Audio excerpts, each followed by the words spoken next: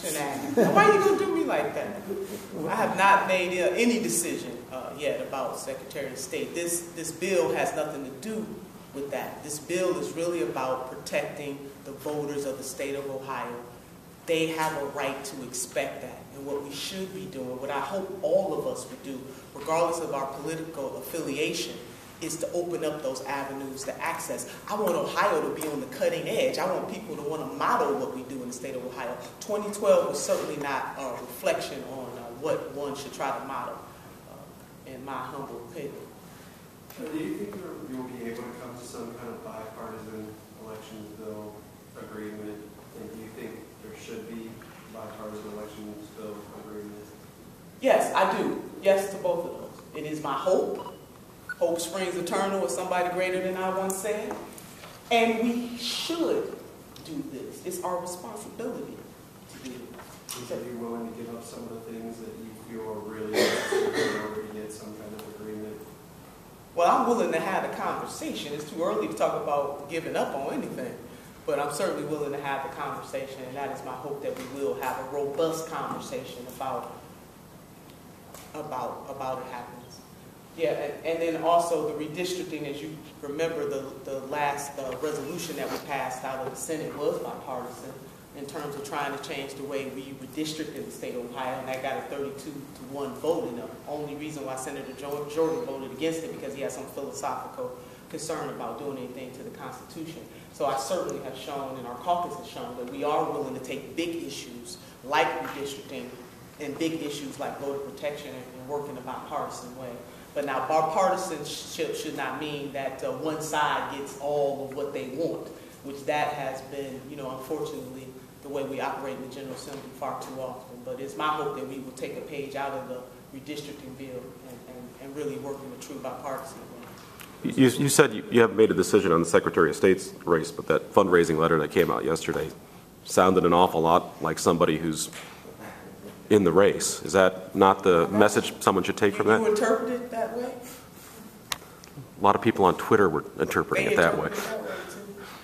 Well, was that not your intent? I sent out a fundraising letter. Leaders, has there been any talk from President Favor about Ohio changing the electoral college system? I'm due to meet with him this afternoon. Do you think that will be on the agenda? I don't think it will be, but we're scheduled to have our weekly meeting this afternoon. No, nothing at this point. Do you expect to fight over voter ID against Johnson? I would hope not. And I hope the House has learned this lesson, and I'm really thankful that President Niehaus did not, entertain that bill on the floor. It's divisive and it's bad for voters in the state. Everybody does not have, the IDs that we have right now are sufficient, and we should not be creating laws that create more hurdles for people to have access to the ballot, especially poor people, students. This will cause problems for seniors, a whole host of people. So I'm hoping that the House understands that that is wrong and that they won't attempt that again. But if they do bring it up and we have to fight, we are going to fight for the voters of the state of Ohio, of all socioeconomic status, everybody. The vote is the great equalizer, and I firmly believe that everybody should have access to that ballot, and we should not be putting up roadblocks. We shouldn't go back in time.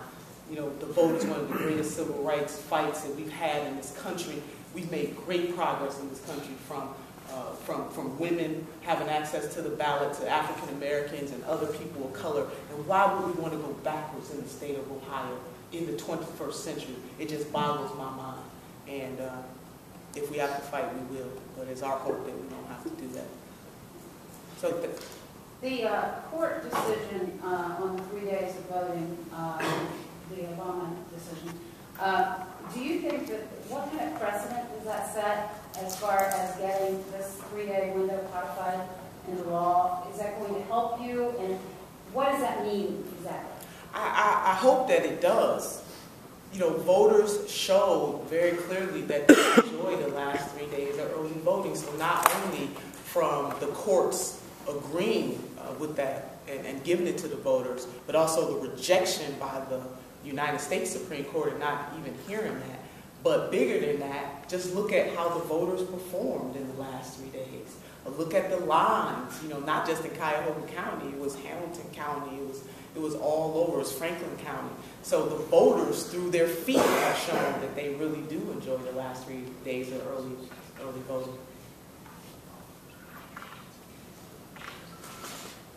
Ohio Secretary of State Husted did not split out on those last 3 days the number of Republicans who voted. That's a county-by-county thing that needs to be compiled. Will someone with the Democrats be compiling that to make the case that not only Democrats voted on those last 3 days? I believe that one of the activist organizations, Northeast Ohio Voter Advocates, they have started to tabulate some of that data, and it does show, Joe, that not only did Democrats vote on those last 3 days, so did Republicans, and not just larger counties, smaller counties did too. And again, I'm glad you bring that up. That's why this should not be about rigging an election for a certain group of people. It should be about having voter opportunities or opportunities to access the ballot that is equal to all. And that is really what the Civil Rights Act was all about, that you cannot treat one set of voters different than the Voting Rights Act, one set of voters different than the other, the equal protection under the law and the 14th Amendment. This should be what we're about, especially in the 21st century, since we have so much technology out there that we can use to even increase the number of people, from reminding people that there's an election every year to making sure that they have opportunities to access the ballot. So, Joe, I am hoping that with how the voters performed will give the General Assembly some push that we should keep those last 3 days of early voting intact. Senator, if the state's going to go ahead and require all these expanded hours for early voting, does the state have a responsibility to help counties pay for it? Yes, and we should, absolutely. I believe we should. And that's why, I've said that at least in those mailing out the absentee ballot application during general elections on even years, we should do that. When we get back the cost to what this bill, and the bill has not been finalized as of yet, but when we get the cost analysis back, yes, the state should have some responsibility to help out the local boards of elections. We have been in contact with the elections professionals to talk to them about some aspects of the bill. My staff have, and I've talked to some of the activists and also professionals, and we tried to mold some of the things into this bill. One thing that the voting professionals they like a lot is being able to increase the threshold of purchasing from 10,000 to 25,000, those kinds of things. But we should definitely, as a state, support the local boards of elections and help them do what they need to do so that voters have increased access. So thank you. Oh, I might just have a moment. Very few people anticipated the turnout for the election and the high early voting turnout. So why is it fair to criticize after there was so little anticipation? And you mentioned the long lines, but in a lot of places the election did run fairly smoothly. Well, we're not trying to, it was a presidential election year. It was a highly charged presidential election year. To say that people who do this for a living did not anticipate is like saying you didn't think that voters were going to come out to vote, and that's ludicrous.